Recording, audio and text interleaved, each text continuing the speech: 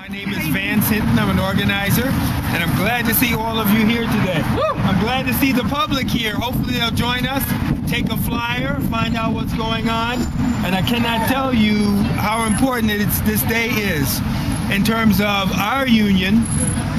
We know it's about fair wages, fair conditions and circumstances. Some of the gripes and concerns we have at this location wouldn't be the only location, but I would imagine that some of these same gripes could apply to a lot of the corporations in this circle, some of which further would be newcomers. Nordstrom coming, FAO Schwartz is coming across the street in this grand complex here. So all of these places, we may have potential to enroll people into our union. That makes us happy. So I want to tell you that if you're not in the IWW, then you're missing something very important. I joined about a year and a half ago, and I can't tell you the friends and colleagues that I've made as a result of being in this union has been overwhelming.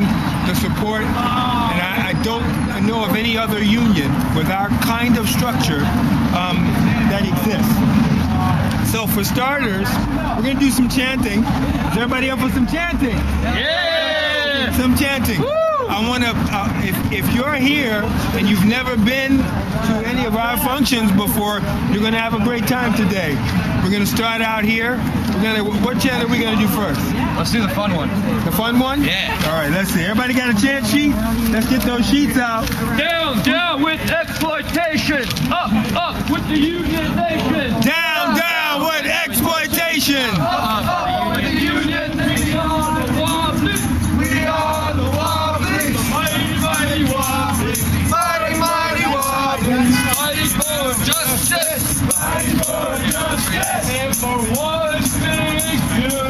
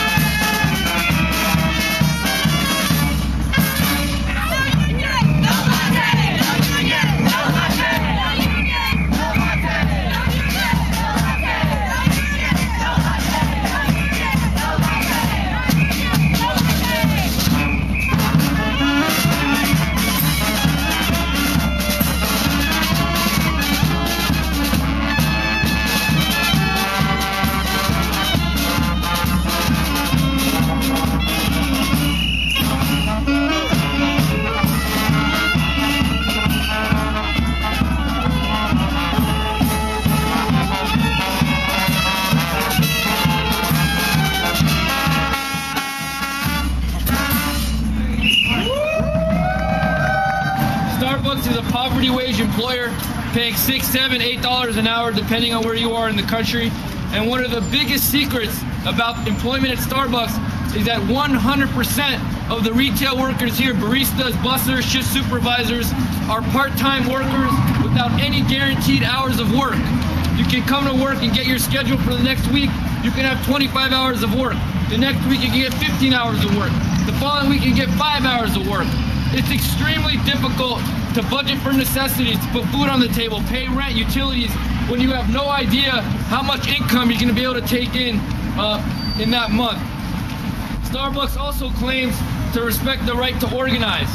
Since 2004 and the creation of the campaign, the National Labor Relations Board has cited Starbucks repeatedly for intimidating workers, interrogating workers, engaging in surveillance, and most objectionably, firing outspoken union leaders around the country for exercising their right to organize. Despite the intense union busting, rank and file baristas in New York, in the Twin Cities, in Grand Rapids, Michigan, in Fort Worth, Texas, and other cities around the country have defied all the odds and are growing every year, day by day.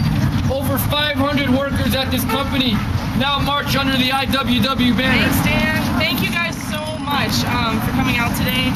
I just have to say, honestly, as someone who works at this company and works at this individual store and slaves away all the time making lattes for a lot of people, hundreds of them, it means a lot to me to feel like you guys really support us. So thank you so much. I did have something to say, a few things actually.